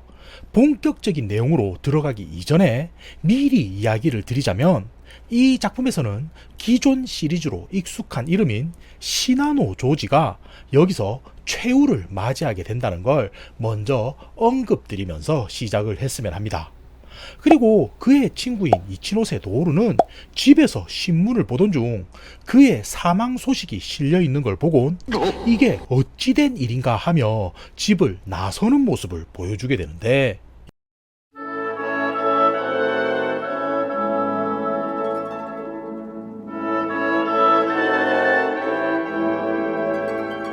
여기서 장면은 시나노가 살해당하는 일이 발생하기 몇 달 전으로 넘어가게 되고요. 일단 상황부터 설명을 드리자면, 극단 마스터 스트로크라는 곳에서 다키가와 요스케라는 남성이 신은 예술가를 좋아해 라는 제목의 살인극의 대본을 완성하게 되고요. 이를 무대에 올리기 위해 스텝을 모집하고 있던 중 자신을 시나노 조지라고 소개한 남성이 면접을 보기 위해서 이곳까지 찾아오는 모습을 보여주게 됩니다. 그리고 이때 가자마 아키라라는 단어는 그의 외모를 유심히 살펴보더니 실내에서도 선글라스를 끼고 있는 독특한 사내였기는 하나 잡지 광고를 통해 구인을 할 정도로 사람이 워낙에 급했기 때문에 앞으로 잘 부탁한다며 그를 고용하는 모습을 보이게 되는데, 이후 이 극단에서 시나노가 맡게 되는 일은 대부분 단순한 물품 구매나 잡무 같은 일들이었고요. 워낙에 규모가 작은 소극단이었기 때문에 얼마 지나지도 않아서 맡은 일을 능숙하게 처리하며 단원들과도 안면을 트는 모습을 보여주게 됩니다. 그리고 그중 한 명인 사이키 마사토 같은 경우는 배우와 스텝의 관계였기 때문에 자주 마주치지는 않았지만 예전에 당신 어디서 본 것 같은데 하며 혹시 유경험자 아닙니까? 라고 말을 걸어오는 모습도 보여주게 되는데, 암튼 그런 일들이 있고 이후 그는 보시는 것처럼 다른 단원들과도 소개를 나누게 되고요. 이때 시나노는 모리 교코라는 여성을 보곤 저 여자 내 스타일인데 하며 매력을 느꼈다는 언급이 스치듯 지나치기도 합니다. 그리고 이렇게 어느 정도 등장인물에 대해선 소개가 끝이 난 것 같으니 이제부터는 이들이 어떤 연극을 준비하고 있는지에 대해 설명을 드렸으면 하는데, 우선 앞서 설명드렸다시피 제목은 신은 예술가를 좋아해 라는 작품이고요. 내용은 몇 차례 이런저런 해프닝들이 벌어지고 난 후 음악가 역을 맡은 다키가와가 모리 교코에 의해서 칼에 찔린 후 사망을 맞이한다는 어찌 보면 뻔한 살인극이라고 볼 수가 있습니다. 헌데 이 작품이 유독 이들에게 중요한 요소가 있었던 게, 여기서 이 극단의 과거 사연에 대한 이야기가 나오게 되고요. 7년 전 마스터 스트로크에는 이자와 기요미라는 여성 단원이 있었는데, 연극 공연을 한참 벌이고 있던 도중 소품으로 준비한 창에 깊게 찔려 안타깝게도 사망을 하는 사건이 발생했었다고 이야기를 합니다.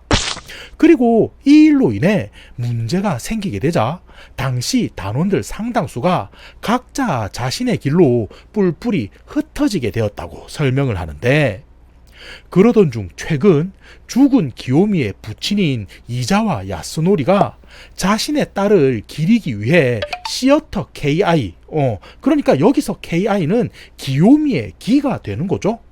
암튼 이런 이름의 공연장을 건축하게 되었다고 이야기를 하며, 기요미의 7주기에 맞추어 추모도 할 겸 너희들이 와서 공연을 해줄 수 없겠냐며 연락을 취해 온 것이라고 설명을 합니다.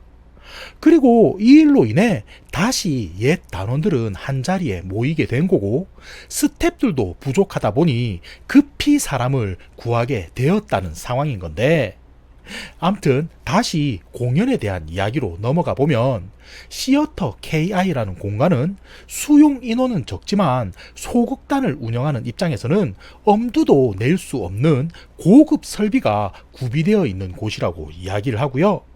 그럼에도 닷새 동안 7회의 공연을 허락받은 상황이었기 때문에 이들은 기쁜 마음으로 하루하루 연습에 매진을 하는 모습을 보여주게 됩니다.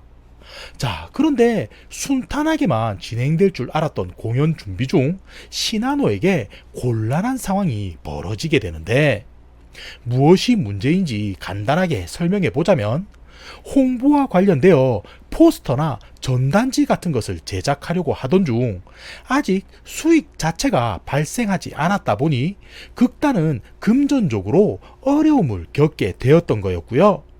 이에 어찌해야 하나 하며 고민하던 시나노는 직접 사금융을 찾아가 가지고 있는 서류가 건강보험증밖에 없는데 혹시 이걸로라도 어찌 가능하지 않겠습니까? 하며 대출에 대해 물어보는 모습을 보이게 됩니다. 그리고 다행히도 10만엔 정도는 융통이 가능하다는 답변을 받은 그는 하루에 6군데 대출 업체를 들려 총 60만엔을 빌린 후 그제서야 겨우 홍보 전단지를 제작할 수 있게 되는데, 이를 알게 된 단원들은 그의 희생에 무언가 미안함을 느껴 수익과 관련된 금전적인 부분 또한 시나노에게 맡기는 모습을 보이게 되고요. 이번 연극은 반드시 성공을 해서 가지고 있는 빚도 갚고 수익금도 나눌 수 있도록 최선을 다하자며 결의를 다지는 모습도 보여주게 됩니다. 그리고 어느새 그런 과정 속에서 모리 교코의 마음을 사로잡은 그는 자연스럽게 호텔로 향한 후 잠자리를 가지는 사이로까지 발전하는 모습도 보여주게 되는데, 한마디로 시나노는 극단에 취업을 한 이후 일과 사랑 두 마리 토끼를 다 잡았다, 이런 말인 거고요. 빚은 있지만 암튼 그렇게 시간은 흘러 마스터 스트로크의 단원들은 몇 달 동안이나 준비한 자신들의 공연을 무대 위로 선보이는 날을 맞이하게 됩니다.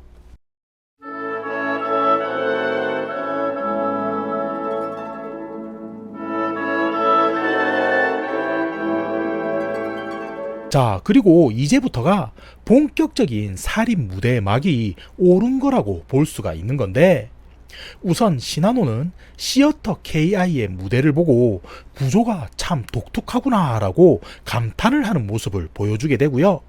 그 이유에 대해 설명을 드리자면, 보시는 것 마냥 둥근 무대를 가운데 두고 객석이 앞뒤 두 군데에 존재했기 때문인데, 독특한 요소는 그뿐만이 아니었던 게, 상황에 따라서는 배우들이 공연을 하는 무대가 360도로 회전을 하는 구조였다고 설명을 합니다. 그러니까 이게 제목에서 말하는 움직이는 집이 된다는 거죠. 그래요. 암튼 구조는 그렇고, 첫 번째 공연이 시작하기 직전 한참 관객들을 대응하느라 바삐 움직이고 있던 시나노는 배우들이 대기실로 사용하는 창고 쪽에서 우당탕 하며 소란이 벌어지는 소리를 듣게 되는데, 순간 이게 무슨 일인가 싶어 급히 달려가 보니 소품들이 사방에 쏟아져 있는 가운데 스미요시가 다키가와에게 맞아 바닥에 쓰러져 있는 모습이었고요.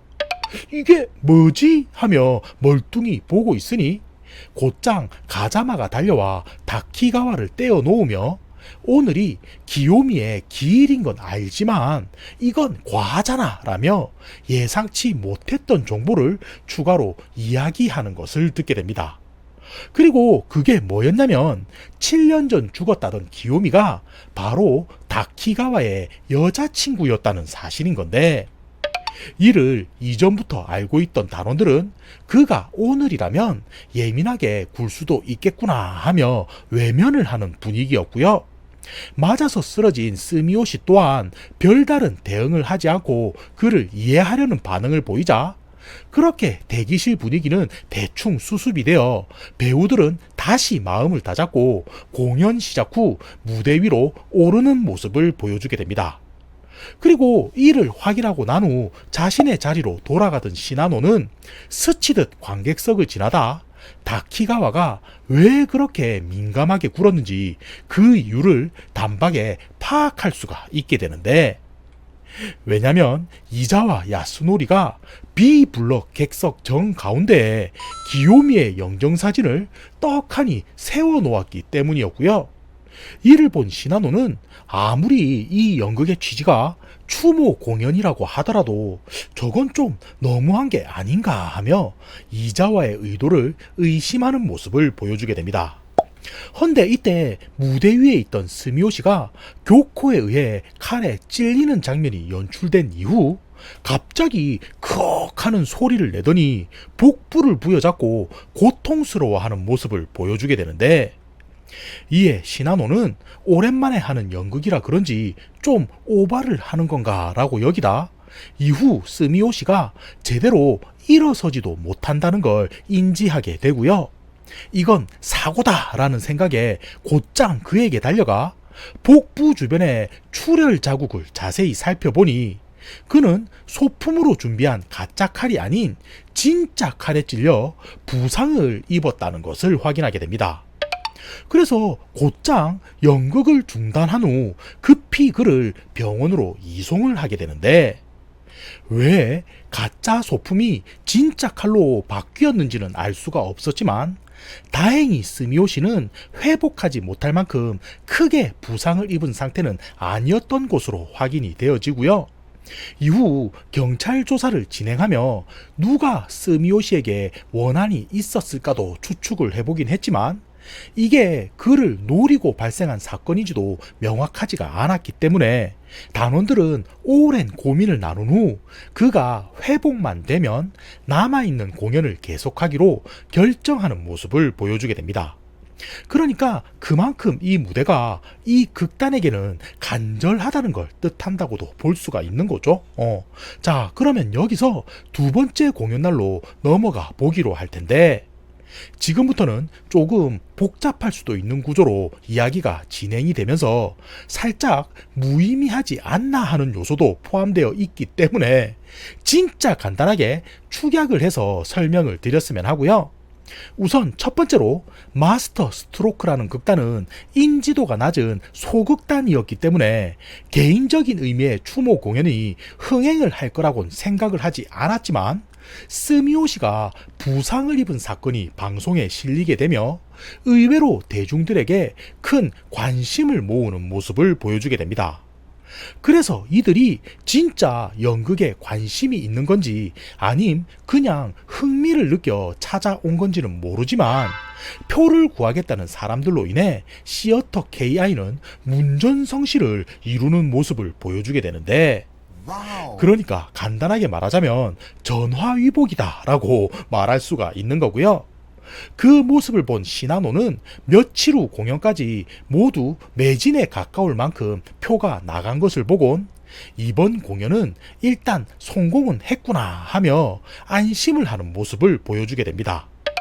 그리고 이렇게 공연은 성황리에 마무리가 되는 건가 싶은 마지막 피날레 순간, 교코가 다키가와의 가슴을 칼로 찌르는 형태의 연출이 나오게 되자 일순 관객석은 술렁거리며 무언가 이상하다는 것을 눈치채게 되는데, 왜냐면 스미오시 때와 마찬가지로 교코가 들고 있던 칼은 소품이 아닌 진짜 칼이었기 때문이었고요. 가슴이 관통당한 다키가와는 그 자리에서 바닥에 쓰러져 그대로 일어나지 못하고 절명을 해버리는 모습을 보여주게 됩니다. 그리고 신고를 접한 후 급히 현장에 출동한 경찰들은 당시의 정황들을 살펴보더니 피날레 직전 모든 배우들이 자리를 비운 틈에 누군가 창고에 있던 가짜 칼을 진짜 칼로 바꿔치기 한 것이라는 말을 전하게 되는데, 공연장의 구조상 이런 행동이 가능한 건 무대에 있었던 배우들 뿐이라는 말을 강조하게 되고요. 어차피 경찰 조사를 진행하게 되면 다 밝혀질 일이라며 범인이라면 빨리 자백을 하라고 몰아붙이는 모습을 보여주게 됩니다. 그러자 이에 모리 교코는 내가 다키가와를 찌르다니 라고 하며 손을 부들부들 떨면서 두려워하는 반응을 보이게 되는데, 이때 그녀를 보호하듯 살며시 뒤에서 감싸고 있던 시나노 조지가 형사님, 제 생각을 말해도 되겠습니까? 하며 말을 건네게 되고요. 대뜸 이자와를 가리키며 피날레 공연 직전 자리를 비우신 것 같던데 어딜 가셨죠? 하고 묻더니 그가 이 사건과 그게 무슨 연관인지는 모르겠지만 나는 그때 화장실을 갔다네 라고 말을 하자, 이에 시나노는 그럼 혹시 누군가 증언해줄 사람이라도 있습니까? 하며 되묻는 모습을 보여주게 되고요. 이 말을 들은 이자와가 글쎄 그것까지는 잘 모르겠는걸 이라고 대답을 하자 마치 예상한 답변이라도 들은 듯 시나노는 한쪽 팔을 쭉 하고 뻗어 그렇겠죠. 왜냐면 당신이 범인이니까 라고 말을 한 뒤 손가락으로 그를 지목하는 모습을 보여주게 됩니다. 그러면서 말을 잇는 게 자신은 예전부터 왜 7년 동안이나 아무런 연락이 없던 당신이 이제서야 추모 공연이라는 명목으로 마스터 스트로크의 단원들을 찾았는지 의아했다는 말을 전하게 되고요. 그건 자신의 딸이 사고로 죽은 걸 단원들의 잘못이라고 원망해 복수를 하려던 게 아닙니까? 라며 자신의 추리에 당위를 부여하는 모습을 보여주게 됩니다. 그러자 묵묵히 듣고 있던 경찰은 잠시만, 헌데 B 블록에 있던 이자와 씨가 칼이 있는 창고로 향하기 위해서는 구조상 접수대를 지나치는 방법뿐인데 당시 그곳에 있던 직원들은 이자와 씨를 본 적 없다고 증언을 했네라며 시나노의 추리에 모순을 지적하는 모습을 보이게 되는데, 그러자 이 말을 들은 시나노는 어느 정도 예측한 상황이라는 듯 헌데 여러분, 애초에 이 건물은 이자와 씨가 건축했다는 걸 잊으셨습니까? 하고 말을 전하게 되고요. 여기서부터 상상도 못할 추리가 이어지게 되는 게 지구는 매 시간 15도씩 회전을 하지만 그것을 느끼는 사람은 아무도 없습니다 라고 말을 하더니 이 건물은 중앙에 있는 무대만 돌아가는 게 아니라 객석을 포함한 내부 구조 자체가 천천히 회전을 할 거라는 말을 전하게 됩니다. 그러니까 이 그림 마냥 B 블럭에 있던 이자와는 특정 시간이 되어 밖으로 빠져나온 후 창고가 원하는 위치에 올 때까지 기다렸다가 몰래 들어가 칼을 바꿔치기 했다는 게 되는 건데, 혹시 이 설명이 이해가 안 되시는 분 계신가요? 그럼 일단 죄송하고요. 헌데 걱정하시지 않아도 되는 게, 이 말을 들은 경찰들이 아니 그런 방법이 있다고 하며 진짜 내부 구조가 돌아가는 것인지에 대해 조사를 진행해보니 건물은 위아래로 용접이 되어 있고 안과 밖이 카페트로 이어진 부분도 있었기 때문에 시나노의 추리는 결국 틀린 것이라는 결론이 나는 모습을 보여주게 됩니다. 응?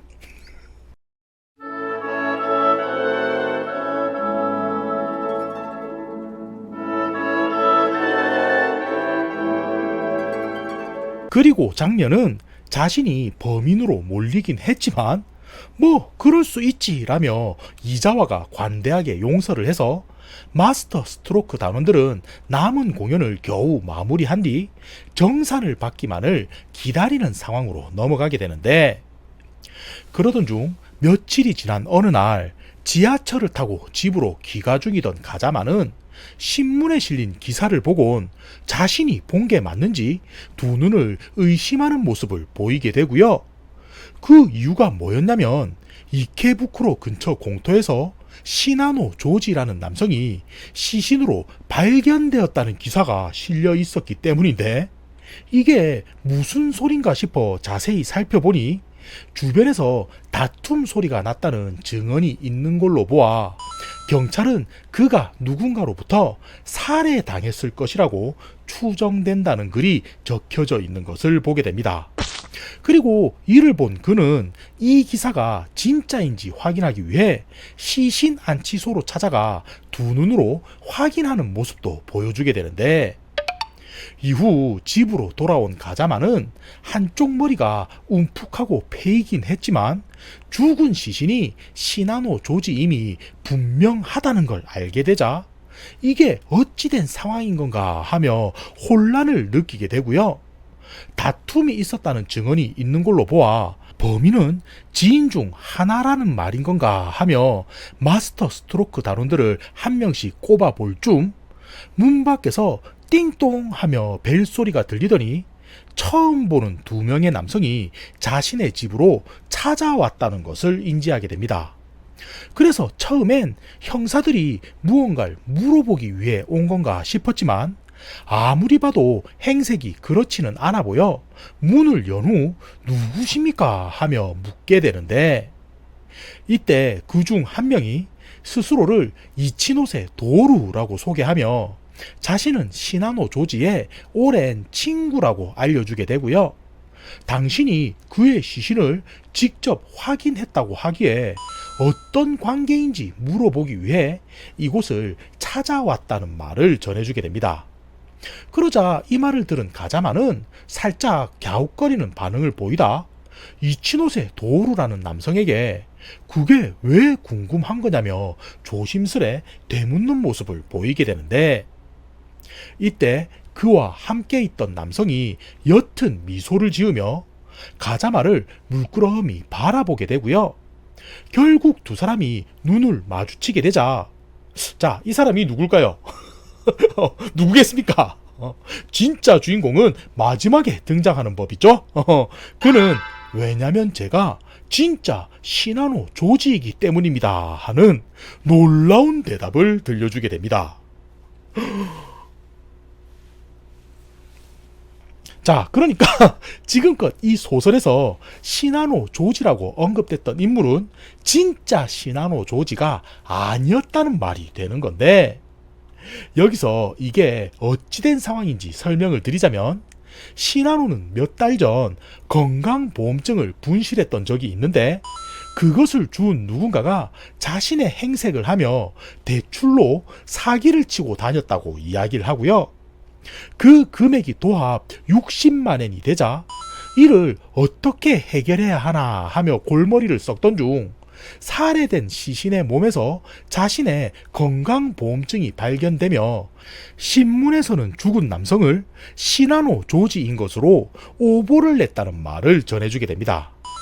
그러면서 흥분한 시나노는 내 건강보험증을 훔쳐간 놈이 사기를 치고 다닌 것도 모자라 한순간에 자신을 죽은 사람으로까지 만들었으니 그가 누구인지 확인해 보기 위해 당신을 찾아오게 된 것이라는 말을 전해주게 되는데, 이렇게 해서 어쩌다 보니 3명의 남성들은 한자리에 모여 그동안 어떤 일들이 있었는지 이야기를 나누게 되고요. 묵묵히 듣고 있던 시나노는 그럼 이번 공연으로 상당한 수익을 얻었을 텐데 그 금액은 누가 가지고 있습니까? 하며 물어보는 모습을 보이게 됩니다. 그러자 이 말을 들은 가자마는 뭔가 아차 하는 눈빛으로 아, 맞아. 그 돈은 시나노가 관리하고 있었는데 라고 대답을 해주게 되는데, 이에 진짜 시나노는 내 이럴 줄 알았지 라고 말을 하며 아마도 죽어서 발견된 가짜는 일부러 신분을 속인 후 극단에 들어가 수익금을 가지고 달아나려 했을 거라는 말을 전해주게 됩니다. 그러니까 애초부터 그는 돈을 노리고 접근한 사기꾼이 된다는 말이 되는 건데, 이 말을 들은 가자마는 그제서야 무언가를 깨달았는지 그래, 그 녀석이 항상 선글라스를 끼고 있었던 것도 혹시나 관객 중에 자신을 알아보는 자가 있을까 싶어 얼굴을 가렸던 건가 하며 한탄을 하는 모습을 보여주게 되고요. 이에 시나노는 잡지 광고를 보고 찾아온 사람을 신원 확인도 안 하고 무턱대고 고용을 했으니 당연히 이런 사고가 발생하는 것 아니겠습니까? 라고 핀잔을 준 뒤 가자마가 뭔가 죄인이 된 것 마냥 움츠려 있는 모습을 보이자 그는 뭔가 달래주기라도 하려는 듯 헌데 제가 이곳에 찾아온 이유는 그것뿐만은 아닙니다 라고 말을 하더니 지난 시어터 KI에서 발생한 사건에 대해 저에게 좀 더 자세히 설명을 해줄 수 있겠습니까? 하며 가자마에게 물어보는 모습을 보이게 됩니다. 그리고 장면은 며칠이 지난 어느 날 한자리에 모여진 단원들 앞에 시나노 조지가 나타나 설명을 시작하는 모습으로 넘어가게 되는데, 가자마가 급히 사람들을 모았기 때문인지 모리 교코와 사이키 마사토는 모습을 보이지 않는 상황이었고요. 기껏 모인 나머지 단원들 역시도 심드렁한 표정으로 저 사람은 누구지? 하는 반응을 보이자 이에 시나노는 관심이 없으시면 나가셔도 됩니다 라고 말을 하더니, 일단 다키가와 씨가 사망한 사건 같은 경우 앞서서 객석이 회전하지 않는다는 건 이미 밝혀졌기 때문에 관객 중 누군가가 범인일 수 있다는 건 미리 제외를 하겠다는 말을 사람들에게 전해주게 됩니다. 그리고 그렇게 되면 남게 되는 게 범인은 배우 중 누군가일 수밖에 없다는 말을 강조하게 되는데, 이 말을 들은 사람들은 지금 저자가 무슨 소리를 하는 거지 하며 주목을 하게 되고요. 이에 시나노는 자신의 말을 이어서 하는 게 이걸 반대로 생각해보면 아무리 알리바이가 완벽하다 하더라도 배우인 이상 자신은 용의자로 몰리게 될 거고 결국 경찰 조사를 받게 되는 것도 피할 수가 없으니 일반적인 범죄자라면 절대로 이런 식의 범행은 저지를 수가 없다는 말을 전해주게 됩니다. 하지만 그럼에도 무대 위에 있던 사람 중 단 한 명만은 끝까지 용의자로 몰리지 않고 의심도 받지 않을 수 있다는 말을 덧붙이게 되는데, 이 말을 들은 모두는 일순 수군거리며 그게 누굽니까? 하는 반응을 보이게 되고요. 이에 시나노는 말을 하는 게 다키가와 요스케는 살해당한 게 아니라 스스로 자신의 인생을 마무리하기 위해 일생일대의 큰 연극을 준비했던 거라는 말을 전해주게 됩니다. 그러니까 그러니까 이게 무슨 말인 거냐면 다키가와는 일부러 살인극의 대본을 쓰고 무대 위에서 소품을 바꿔치기 한 다음 피날레로 자신의 몸에 칼이 들어오는 것을 오롯이 느끼며 죽어갔다는 게 되는 건데, 그가 선택한 방식이 7년 전 옛 연인의 사고와 유사한 걸로 보아 아마도 그는 지금껏 그때 일로 괴로워했을 거라는 말을 하게 되고요. 스미오시 씨와 다툼이 있었던 것 또한 다키가와 씨는 그날 죽음을 앞두고 있던 사람이었기 때문에 한참 예민했던 터라 감정을 주체하지 못해 벌어졌던 일이 될 거라는 말을 전해주게 됩니다. 그리고 여기서 추가적으로 설명을 드리자면 이때 소란으로 인해 소품으로 준비한 가짜 칼이 진짜 칼과 뒤바뀌어 스미오시가 부상을 입게 되었던 거고요. 이날이 원래 다키가와에게는 연인의 기일이었기 때문에 같은 날을 맞추어 자신도 죽으려고 시도를 했던 거지만 우연한 사고로 실패를 하게 되자 이후 다시 시도를 하여 2번 만에야 겨우 원하던 바를 이룰 수 있었다는 게 된다고 볼 수가 있는 상황인 겁니다.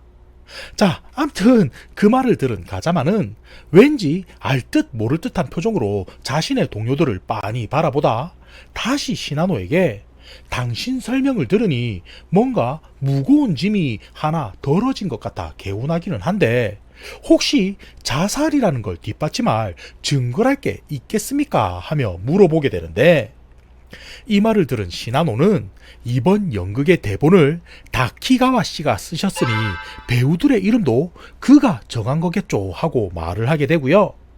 각각의 인물들을 이니셜로 재배열하면 SWANSONG가 되는데 백조의 노래는 마지막 죽음 혹은 은퇴를 뜻하지요 하고 대답을 해주는 모습을 보여주게 됩니다.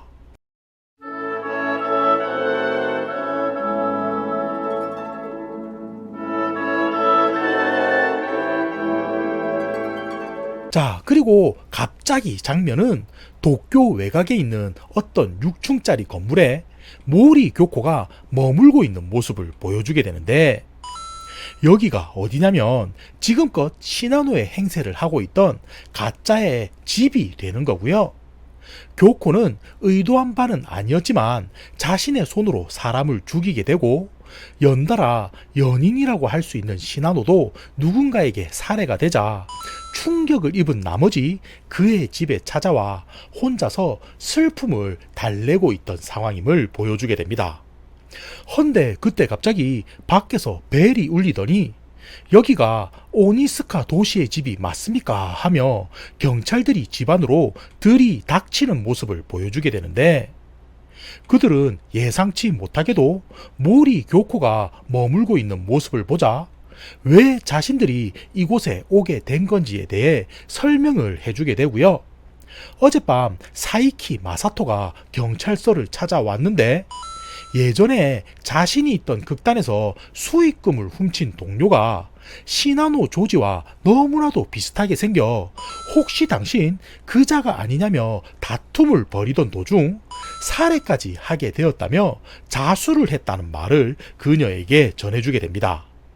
헌데 이 말을 들은 교코는 아무런 말이 귀에 들어오지가 않았는데, 그녀는 내가 알고 있던 시나노의 본명이 실제는 오니스카였구나 하는 말만을 몇 번 되뇌이게 되고요.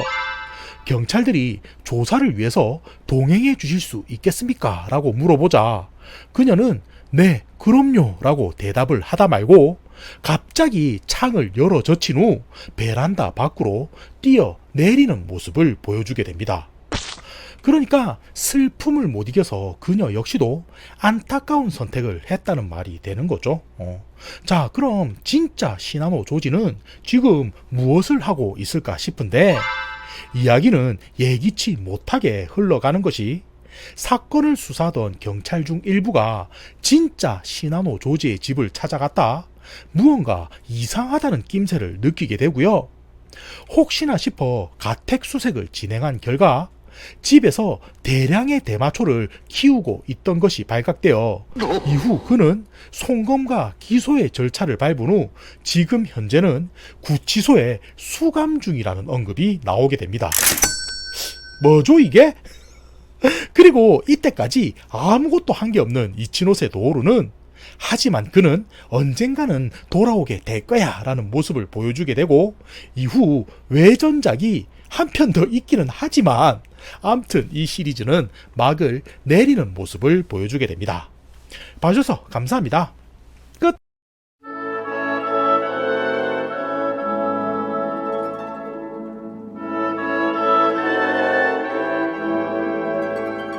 쿠키라면 쿠키일 수가 있는데 이번 영상에서 제가 의도적으로 삭제한 요소가 있어 추가로 설명을 드렸으면 하고요. 영상을 보시다가 갑자기 왜 이니셜이 쏘안송이 되는 거지 하며 의아해 하실 분이 계시지 않을까라고 생각을 합니다. 그래서 이제부터 설명을 드렸으면 하는데 우선 화면을 보시면 네치콕이라고 되어 있으니 N이죠. 그리고 나머지는 이렇게 된다고 볼 수가 있는데 문제는 이 부분에 대한 설명글을 보면 얀코프스키가 Y가 아닌 N이라고 되어 있고 어거스트 아케치도 AA가 아니라 OA라고 설명을 합니다. 보시고 계시죠? 소설에서는 근데 왜 그렇게 되는지에 대해 설명을 해주지가 않아요. 그냥 봐봐 이렇게 조합하니 쏘안송이 되지? 역시 넌 내 친구야 하면서 넘어가거든요. 그래서 나름 유추를 해보니 일단 어거스트 같은 경우는 단어가 A로 시작하는 게 맞지만 일본어 발음으로는 오가스토라고 되는 것 같더라고요. 그래서 아마도 번역의 문제거나 표기법상의 오류라고 추측을 하는데 이게 제 스스로도 해석이 안 되다 보니까 그냥 넘어가게 된 것 같습니다. 그래서 혹시 보시면서 뭐지 싶었던 분들이 좀 답답해 하실까 싶어서 추가로 설명을 덧붙이게 되었고요. 다시 한번 긴 영상인데 봐주셔서 감사합니다.